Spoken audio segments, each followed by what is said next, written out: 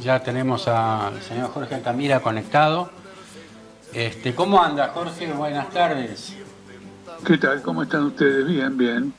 Y más o menos como le decía acá en la pausa, en el privado, ¿no? Que yo tenía el programa armado de una manera, pero conmocionado por todos los hechos que se están dando en el Congreso, esta represión salvaje de parte del gobierno a través de su ministro Bullrich, que ya directamente, yo creo que hace mucho que no se ve una represión de tal naturaleza, que ya venía todo armado, golpeándole a los jubilados, golpeándole a los ciudadanos que fueron a apoyarlo. Yo creo que me gustaría que comience con su comentario al respecto. Bueno, sí, esta es una represión extraordinaria porque yo por suerte conseguí que una persona amiga que está a 4 cuadras del Congreso me habilitara para poder estar con ustedes ahora. Sí, es una represión, es un despliegue de la policía, de la represión de la prefectura, de la gendarmería, es un despliegue descomunal A ver, ante lo que es. perdóname, a ver si yo entendí bien. Usted estuvo participando de la marcha y le prestaron un lugar para poder cumplir acá con Letras No, del no, Paraná. sí, yo me lo aseguré no hoy, antes, me lo aseguré ayer, porque la única forma de poder estar presente y atenderlos a ustedes es que me fuera a las 5:30, 5:25. La represión empezó inmediatamente de la hora de la convocatoria, que fue a las 5. Ah, o sea que usted estuvo presente ahí en la marcha cuando ya comenzaron los incidentes. ¿Y Absolutamente. qué nos podría contar Una, como una, testigo directo, Jorge? bueno, una represión absolutamente brutal en términos de camiones hidrantes, en términos de un disparo de gases lacrimógenos absolutamente infernal, y realmente es una lucha muy importante porque todavía, cuando eran ya las 5:30, sin embargo, toda la gente que concurrió de una u otra manera está resistiendo por las calles paralelas, etcétera, demostrando la voluntad de que el miércoles que viene volvemos a marchar. Yo he visto imágenes Esta inclusive lucha, de jubilados con heridos, sangrando de la cabeza. Y no estoy hablando de sí, hinchas bueno, ni de barras, estoy hablando de señores de 70, 80 años golpeados salvajemente. No sé si fue bueno, algún hecho aislado o si fue bueno, algo eso voy, repetitivo. no, no puedo decirlo con detalle. Sí, naturalmente ha sido muy fuerte esta represión, pero fue una movilización importante la de hoy. Es decir, nadie se achicó ante las amenazas que fue lanzando el gobierno. Hay otro espíritu, de un modo general, en el país, lenta pero en forma segura, y eso se traduce acá y se traduce en la actitud del gobierno. Porque usted piense políticamente que el gobierno está por producir un acontecimiento en el plano político de inusitada gravedad, como es que le aprueben un decreto para firmar un acuerdo con el FMI que los diputados, los senadores no conocen. Nadie conoce que dice ese tipo de acuerdo. Es decir, es por primera vez en la historia institucional un gobierno pide un cheque en blanco. Entonces esto va a provocar una crisis muy aguda, los términos del acuerdo son muy severos y el gobierno no quiere mostrar ninguna debilidad, en particular porque la jueza en principio que atiende el caso del CryptoGate o la criptoestafa de Milei ha encontrado en principio que efectivamente la conducta del presidente ha sido completamente irregular y se ha iniciado una investigación. Entonces ha decidido ir con todo. Ahora vamos a ver en los días subsiguientes cuál va a ser la marcha de estos acontecimientos, porque ahora empiezan las clases universitarias y empiezan las clases secundarias, algunas fábricas que tenían gente suspendida por vacaciones, mejor dicho, aprovecharon las vacaciones para suspender las actividades y se reanudan, hay más despidos que se anuncian, entonces se va creando un clima de resistencia contra un atropello social y político absolutamente claro. Son métodos de guerra civil, son métodos de guerra civil. Ya estaba mirando la televisión y en un momento le hacen una nota a un señor, ciudadano común que estaba con la camiseta de Racing, ¿no? Y este hincha de Racing fue muy breve lo que dijo y a mí me interesa que usted haga un análisis porque él dijo, este es el final del gobierno de Milei, el principio del final del gobierno de Milei. ¿Es tan así? ¿Puede llegar a ser así? ¿O usted qué avisora? Bueno, si dice que es el principio del final, hace un juicio bastante correcto, ponderado, en el sentido de que entiende que todo lo que está ocurriendo demuestra que la cuota de pasividad o de la cuota de complacencia, no diría ni pasividad ni complacencia, la palabra correcta sería la cuota de incertidumbre sobre los acontecimientos desde las elecciones de diciembre se va anticipando.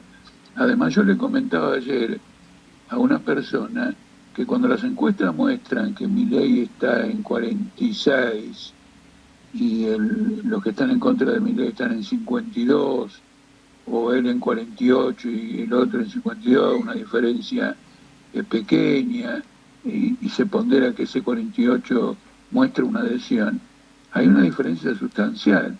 El 52 que está en contra está enojado, y el que está a favor simplemente dice, bueno, sigamos por acá porque no veo una salida.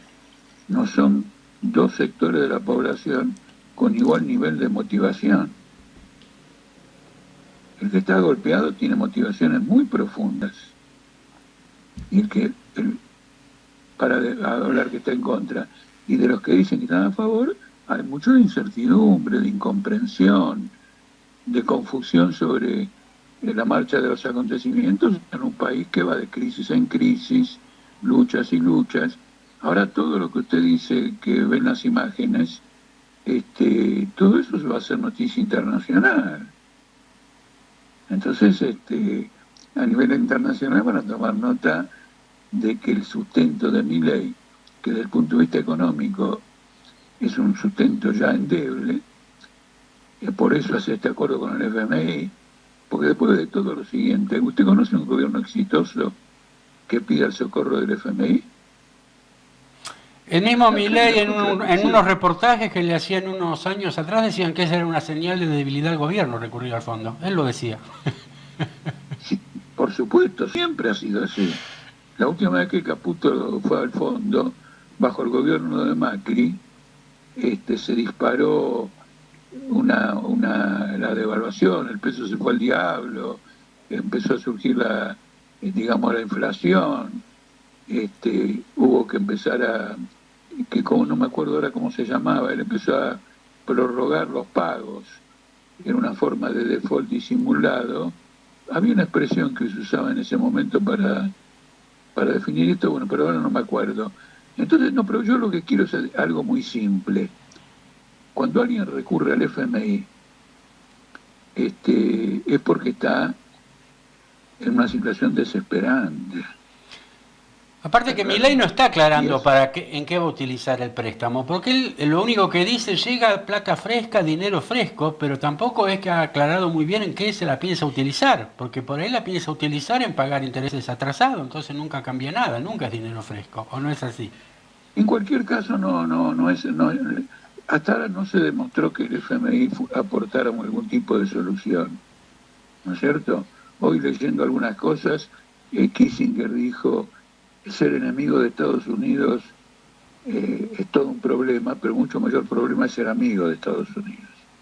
Entonces, chocar con el FMI puede plantear problemas, pero estar con el FMI son problemas mayores porque el FMI solo rescata a los capitalistas, y cualquier rescate capitalista es un agravamiento de la situación. Lo que surge de la lectura de lo que estarían discutiendo es que el Tesoro se va a endeudar con el FMI en 20.000 millones de dólares para rescatar una deuda inexistente en el Banco Central. una deuda que de 67.000 millones no queda absolutamente nada, es una deuda completamente amortizada por toda la inflación de los últimos 15, 20 años. Entonces quiere decir que para el llamado capitalizar al Banco Central se va a aplicar un ajuste de alrededor del 5% del PBI, eso serían, el 5% del PBI serían 30.000 millones de dólares, más el 15% que él dice que ya ha hecho, en total son, el 20%, es un ajuste brutal. En lo único que acertó Milei es en decir que el ajuste que estaba haciendo acá era el mayor de toda la historia de la humanidad. Entonces esto provoca necesariamente una reacción profunda, un golpe. Usted fíjese que lo de Bahía Blanca también crea una profunda animosidad, porque Guillermo Franco dice, bueno, que vaya al municipio de Bahía Blanca a socorrerlo, nosotros tenemos que cuidar el déficit fiscal. Esto no lo dijo nadie en el mundo, ante un terremoto, ante un incendio, ante una inundación. Es decir, el país está completamente vulnerable a cualquier tragedia climática o accidental, porque el gobierno, incluso en esos casos, tiene como prioridad asegurar el pago de la deuda. Sobre este tema, Jorge, hay algo que no se escucha en los medios, o sea, porque catástrofes naturales puede haber en cualquier lugar del mundo. Lo que pasa no es lo mismo un terremoto en Haití, que devasta con la mitad del país, a cuando es un terremoto en Japón o en el primer mundo. Pero tampoco es que toda la responsabilidad se le puede echar a la naturaleza, porque por ejemplo en Capital Humano se llevan despedidos 2.000 trabajadores desde que asume este gobierno. Y muchos de los despedidos es la mayoría de la gente que estaba por emergencia por razones de catástrofe. Sí, claro, por supuesto. Pero eso está avalado ahora por Guillermo Franco, al decir que todo eso está bien, porque para enfrentar esta situación, el gobierno tampoco va a poner un peso, que lo tiene que arreglar el municipio, o lo hacemos que intervenga Kicillof, porque Bahía Blanca pertenece a la provincia de Buenos Aires. Y cuando dice por qué no va a intervenir, no es un problema jurisdiccional, es un problema que dice, no podemos gastar, tenemos que cuidar el déficit fiscal. Es decir, es un gobierno que está en la cuerda floja. Y eso hay que decirlo con absoluta claridad, porque Milei cuenta con el apoyo de los medios de comunicación. Ustedes fíjense que a las hinchadas que se solidarizaron y han venido y han participado y luchan con los jubilados, la mayor parte de la televisión la pone como barras. Entonces los jubilados con barras... Sí, pero si yo he visto los jubilados con los barras bravas y la cámpora. Así era como estaban las pantallas. Le faltaba decir los menesterosos, los delincuentes, no sé. Bueno, pero la elección de la palabra barra para las hinchadas tiene un propósito político. Es decir, que las barras son los que causan destrozos, que vienen a destruir por destruir, etcétera. Entonces, está muy claro esto. Bueno, pero lo de Bahía Blanca es muy grave, porque lo de Bahía Blanca era perfectamente, no era perfectamente evitable, porque aunque fuera la lluvia que fue y todo lo demás, toda una serie de obras que no se hicieron para la canalización de las aguas son responsables de todo esto. Y yo señalé ayer en otra entrevista que una mujer, una estudiante del CONICET, cuando presentó su tesis de doctorado fue sobre la situación de la obra pública en Bahía Blanca. Es una tesis de doctorado de hace 12 años, en que ella prevé todo esto si no se adoptan o no se invierten en cierto tipo de obras. Los gobiernos anteriores no lo hacían sin jactarse de ello. Este se jacta, en el discurso del Congreso, él dijo que hacer obras públicas solo sirve para el robo de algunos vivos. Sí, el otro día se jactó de que estaba toda la obra pública parada. Claro, se jactó de lo contrario. Los otros la tenían parada, pero no se jactaban. Ahora, el impacto emocional en todo el país, de lo de Bahía Blanca, en parte de Tucumán, etcétera, es muy fuerte, no solo en lo humano, también en lo político, porque advierten una respuesta inhumana de parte del gobierno nacional. Entonces esto es grave. Y como el gobierno nacional está enjuiciado por una estafa con criptomonedas, que también es un escándalo fenomenal, bueno, son factores que van agudizando la situación. Y ahora un acuerdo con el FMI que quiere aprobar por decreto sin que nadie conozca su contenido, porque el directorio del FMI se reúne en la segunda semana de abril para ver si lo aprueba o no lo aprueba. Jorge, yo le voy a robar, si usted me permite, 20 segundos para pasar un pedido, porque hay un oyente del programa que también es un compañero, no sé a qué organización política pertenece, pero es un compañero, y están organizando una colecta para el profesor Pedro Verasaluce. Su hija Brisa se encuentra internada en cuidados intensivos en el Sanatorio San Lucas por una infección y neumonía bilateral. Su situación es muy delicada y necesita de nosotros. Toda ayuda suma y es bienvenida. Desde ya, muchas gracias. Y el alias es oeste.carro.comida. Esto, por supuesto, debe de ser de Mercado Pago, ¿no? Y la titularidad es de Pedro Pablo Verasaluce.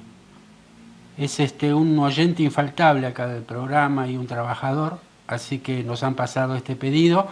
Y bueno, ahora sí continuamos con lo suyo, Jorge. Una pregunta al respecto, ¿no? Porque esto yo creo que es importante que la gente sepa su opinión. Después de esta represión, ¿qué pasa? ¿Esto queda acá? ¿Se profundiza? ¿Se aliviana? ¿Qué avisora usted? No, yo avisoro que lo que se va con seguro a profundizar son los movimientos de resistencia y de lucha. Porque la cuestión, por ejemplo, para dar un ejemplo, la cuestión universitaria ahora se reabre y el año pasado se cerró en medio de la ocupación de facultades y era el final del ciclo escolar, entonces vinieron las vacaciones.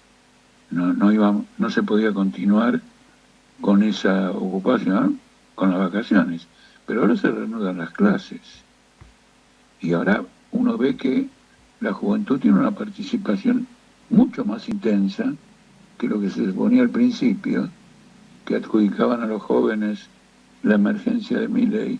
No, ahora se nota un clima y una tendencia completamente opuesta. Todo esto es muy saludable. Lo importante es construir una alternativa política a esta dirección, porque si simplemente va a ser un recambio con las corrientes políticas que gobernaron hasta ahora, no vamos a ningún lado. No solo que no nos vamos a ningún lado, Milei no va a caer en condiciones pacíficas desde el punto de vista económico. Él va a caer como consecuencia de un derrumbe de la economía como le ocurrió a De la Rúa.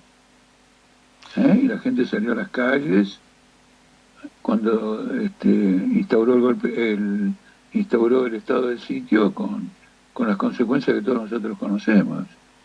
No, este es un proceso que se va agravando.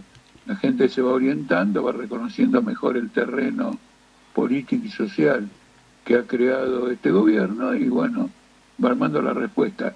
Y los que debieran estar hoy en la calle resistiendo serían también los diputados que ahora están reunidos discutiendo, no me acuerdo qué agenda tienen en el día de hoy, pero que al final el decreto ese va a pasar como pasó el decreto ese inicial, el 7023, aquel mega decreto, ¿no es cierto?, que afectó todo el sistema social argentino, todo lo que hace capital humano, porque ese decreto sigue vigente. También quien tendría que estar al frente de esta lucha o apoyando a los jubilados sería la Confederación General del Trabajo, que casualmente en estos días rompió la tregua con el gobierno, impulsó un plan de lucha y dice que marcharán el 24 de marzo. Pero hace unos días, casualmente, han brindado su apoyo político, Daere y todos los burócratas sindicales al proyecto de Kicillof. ¿Hay alguna relación entre este apoyo a Kicillof y esto de romper la tregua? ¿Qué dice usted, Jorge? ¿Qué lectura No, no, hace? no, no, no. No, tengo una lectura inversa. Moyano, creo que fue ayer, dijo que no va a la plaza. Llamó a nadie a acompañar este movimiento, abiertamente. Lo hizo en su doble calidad de dirigente sindical, del sindicato de camioneros, y de expresidente, no conozco su situación, de presidente de Independiente. Es decir, que rechazó a su hinchada que adhirió a la manifestación y se pronunció en contra. Y marchar el 24 de marzo para esta gente es una gracia, porque simplemente se trata de un acto conmemorativo. Si a ese acto conmemorativo no se le imprime una politización vinculada al momento actual, ese acto conmemorativo es desmovilizador, incluso aun cuando va a haber el 24 de marzo más gente que nunca, porque la gente en su sentimiento combina esa conmemoración con un odio hacia el gobierno, pero quienes lo organizan no le dan ningún tipo de proyección y probablemente tengamos algunos burócratas de la Secretaría los tengamos en la tribuna del 24 de marzo. Además están firmando convenios completamente a la baja, tolerando todos los tipos de despidos. Tengo que hacer una excepción con el sindicato aceitero, que ante un retraso llamativo en el pago de salarios en la empresa Vicentín, declaró un paro general. Y que a este tipo de eventualidades responde siempre de esta manera. No, los demás están completamente entregados. Son un pilar, son un pilar del gobierno. El gobierno se apresta a reformar el sistema previsional para elevar la edad de jubilaciones y ellos no tienen ninguna objeción a ese respecto. Entonces la situación de la burocracia sindical, la burocracia sindical apoya a Kicillof. Bueno, Kicillof está igual que la burocracia sindical. Ha habido una huelga de seccionales docentes en la provincia de Buenos Aires, la declaró ilegal y le quiso ¿Le descontó el día? descontar los días de huelga. Sí, sí, se los Y descontó. apoya abiertamente, se lo descontó los días de huelga Sí, sí, sí. y apoya abiertamente. Por eso, bueno, esta actitud de Kicillof es muy significativa porque Kicillof lo que quiere es armar un frente con una parte importante de lo que hoy es la oposición, por ejemplo, Puyaro en Santa Fe, ¿no es cierto? Por ejemplo, Lustó en la capital federal, en la ciudad de Buenos Aires.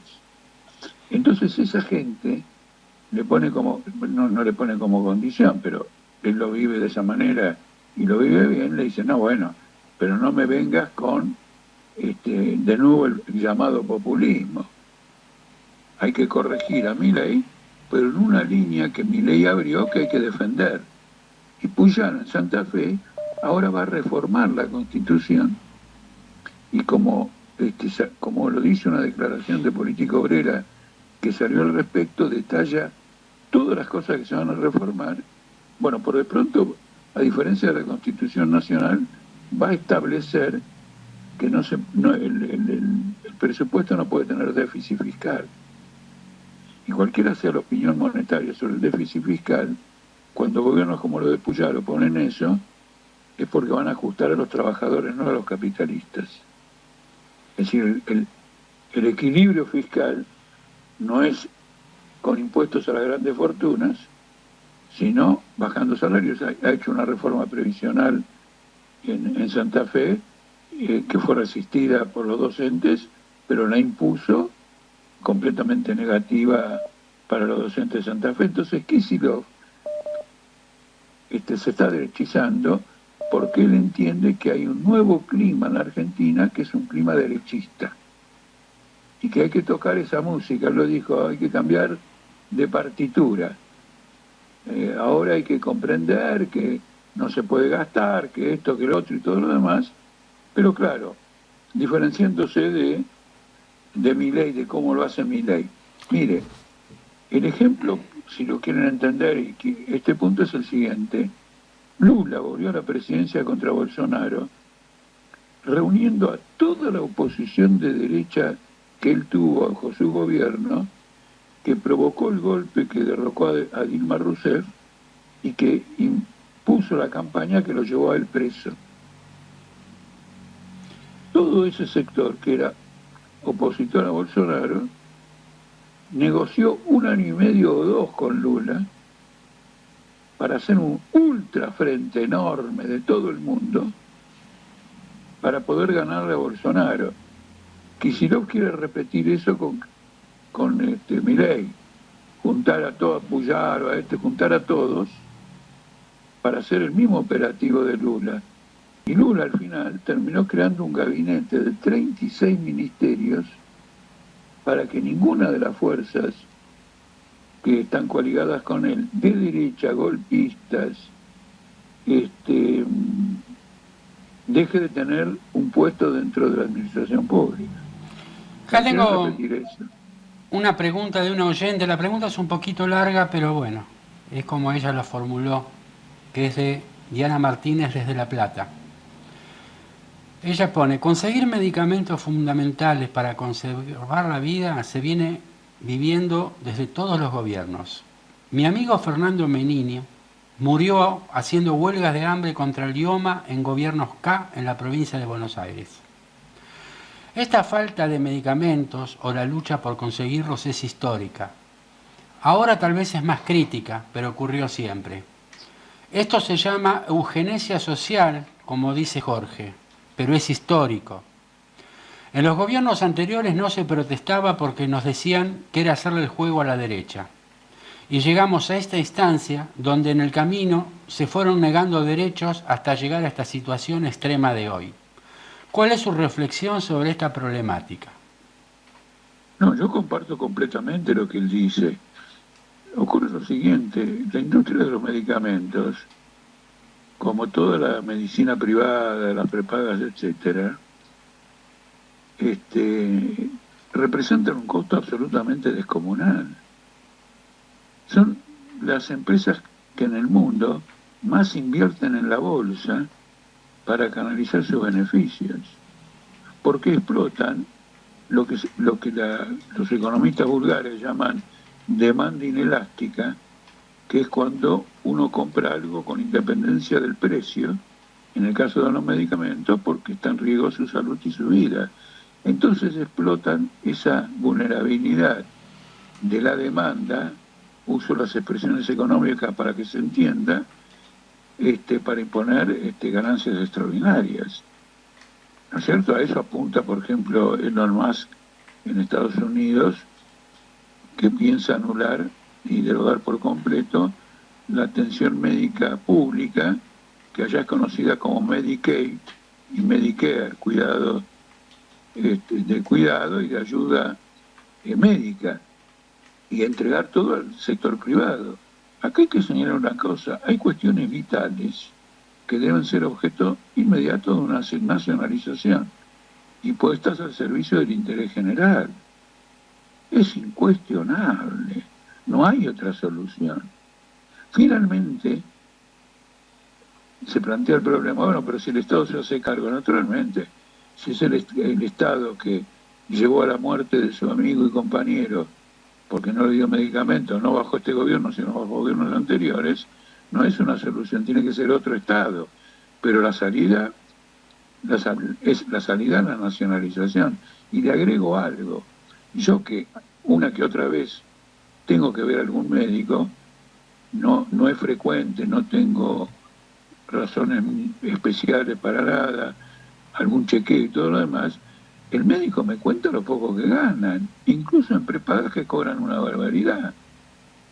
Uno de los que yo conocí se fue a trabajar a Arabia Saudita porque le pagaban $10.000 por mes. y acá tenía un salario que no alcanzaba para vivir. Se fue no sé por cuánto tiempo, dijo que era transitorio. Entonces, uno le cuento de entonces los enfermeros.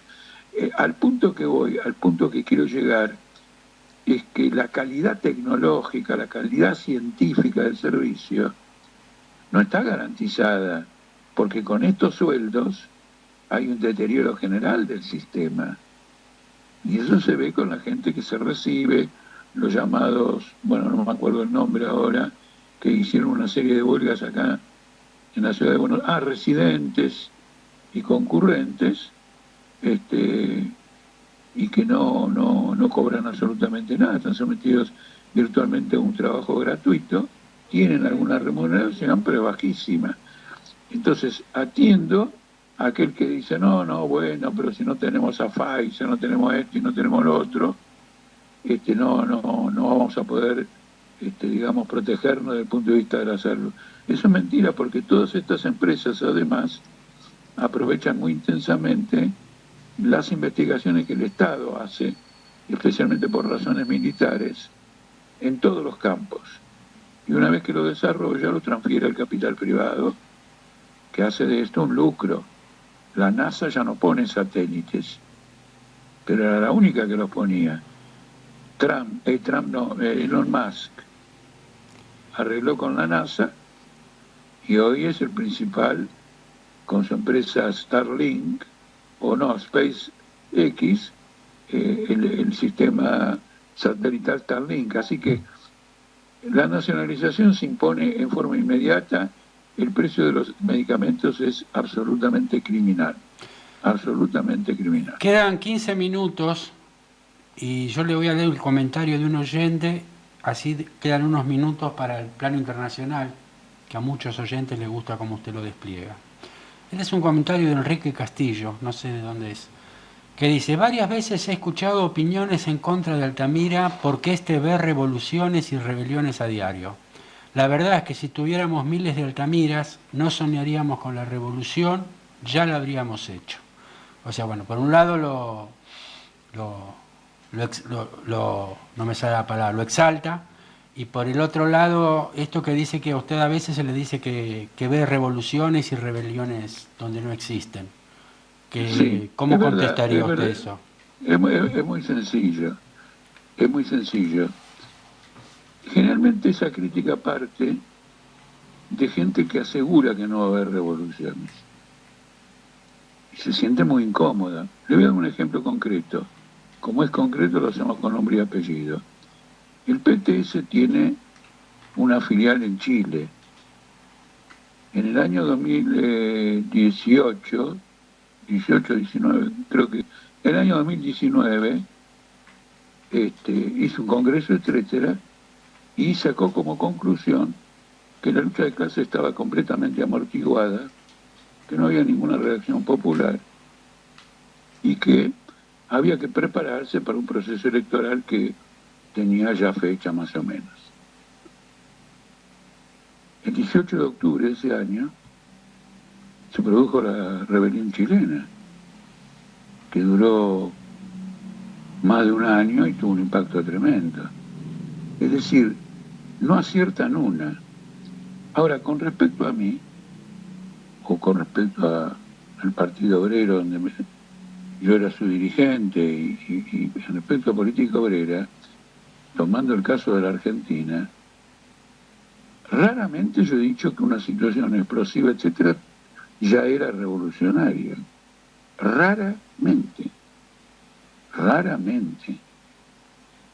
Tengo perfectamente en claro cómo se constituye una situación revolucionaria. Ahora, en lo que no me he equivocado de ninguna manera es señalar perspectivas, porque en definitiva lo que se me está criticando es el señalamiento que las contradicciones que se están desarrollando se agudizan y son explosivas. En eso no me he equivocado, creo que nunca. Y han tenido después una expresión determinada. Por ejemplo, el derrocamiento de la Rúa no llegó a ser una revolución. Fue un levantamiento popular de protesta, etcétera. pero fue la explosión de contradicciones insuperables de todo el plan económico de Caballo. Eso no solo lo señalé fuera de la legislatura, sino que como en esa época estaba en la legislatura, tengo discursos en la legislatura diciendo que de la Rúa se iba en un año, denunciando que iba a caer, mostrando la incertidumbre. Entonces pasa lo siguiente, cuando uno quiere actuar revolucionariamente, tiene que decir cuál es la perspectiva, qué perspectiva ve.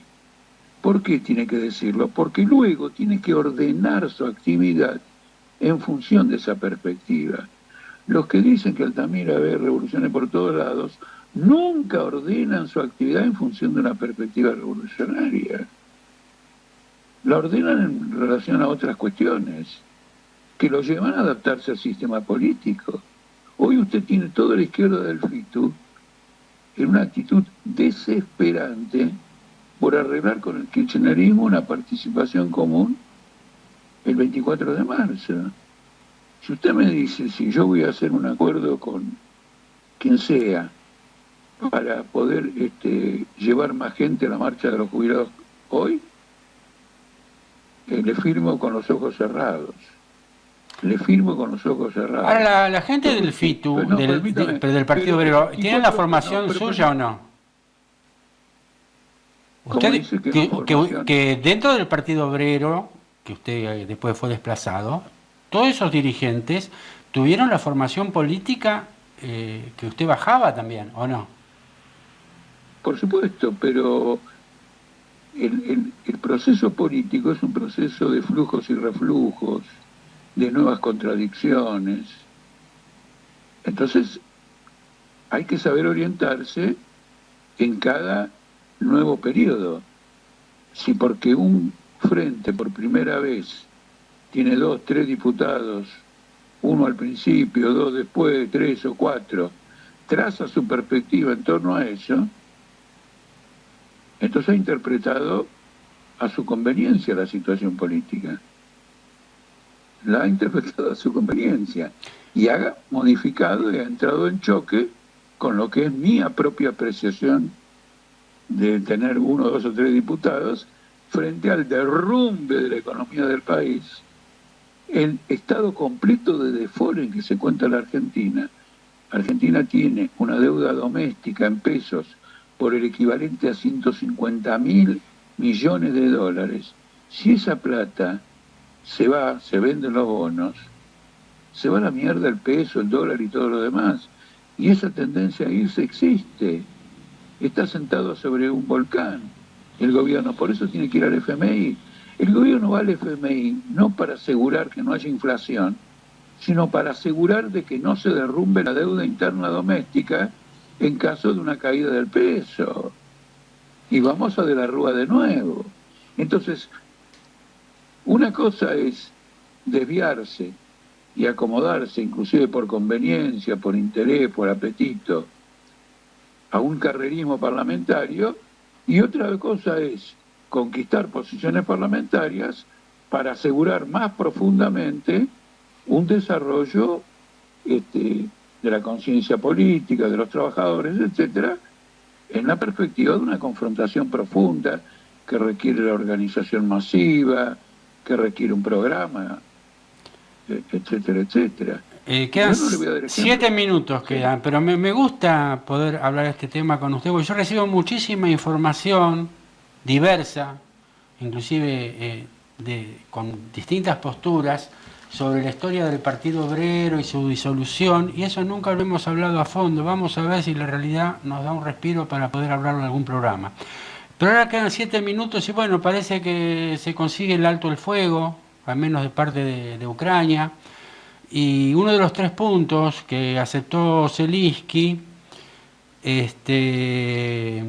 un intercambio de territorios con Rusia, la entrega de tierras para la explotación minera, así como la reconstrucción de las ciudades devastadas por la guerra, empresas de Estados Unidos, pero inclusive Estados Unidos lo que quiere es que le devuelvan la plata que gastó en la guerra y parece que también lo va a aceptar. ¿Qué nos podría comentar sobre este tema? No, ese también es un tema explosivo y que me disculpen si alguien me reprocha que usted utilice 2 o 3 veces la palabra explosivo, pero no se puede hablar de una guerra de características mundiales por las potencias que intervienen sin usar la palabra explosivo. A Putin este cese el fuego no le interesa, de ninguna manera, no le interesa. Si está avanzando, ahora parece que está desalojando a las tropas ucranianas del territorio ruso en Kursk, y está avanzando en la zona del Mar Negro y en el oriente de Ucrania, ¿qué quiere? ¿Qué va a aceptar un cese del fuego para que el otro reponga fuerzas? No le conviene. Entonces, hay que mirar, no basta con leer la noticia del diario, hay que tener una comprensión más general. Ahora, con esto en la mano, con este acuerdo con Zelensky, lo que va a hacer Trump es reunirse con Putin. Y ahí van a arreglar el asunto entre ellos dos, porque toda la perspectiva del plan, de los planes o de la política de Trump, es llegar a un acuerdo con Putin, que en principio sería el reparto de Ucrania, pero que tendría un alcance mucho mayor. Por ejemplo, hay un gasoducto que él mismo con la primera presidencia le prohibió a Angela Merkel, la primera ministra de Alemania, un gasoducto que le traía gas de Rusia, que entrara en funcionamiento porque competía con el gas licuado que viene de Estados Unidos. Y después de 2.000 y pico de kilómetros de construcción del gasoducto y una fortuna de inversión, ese gasoducto no funcionó. Ya después, durante la guerra, lo sabotearon. Ahora viene Trump y dice que quiere comprar él el gasoducto. Es decir, que Rusia le vendería a Europa gas en un gasoducto de Estados Unidos. Entonces acá el gran problema que hay es si efectivamente Trump quiere modificar, realinear todas las alianzas y armar una alianza con Rusia que coloque en una posición vulnerable a la Unión Europea y pase el capital norteamericano a quedarse con los principales negocios de Europa.